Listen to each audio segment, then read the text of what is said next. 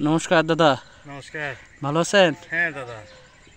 আচ্ছা, আমরা তো লালতির থেকে আসছি, তো আপনার এই এলাকার নামটা একটু বলেন তো। খাগড়াছড়ি, গোলাবাড়ি, কালাদেবা, ৯ নং ওয়ার্ড। মূলত খাগড়াছড়ি সদর। হ্যাঁ, হ্যাঁ হ্যাঁ, গোলাবাড়ি ইউনিয়ন। ইউনিয়ন। আচ্ছা আচ্ছা, খাগড়াছড়ি সদর। সদর। আপনার নামটা কি বলেন তো দাদা? উকিয়াচিং চৌধুরী। ওকে চৌধুরী। আপনি লালতিরে কি করলা চাষ করছেন?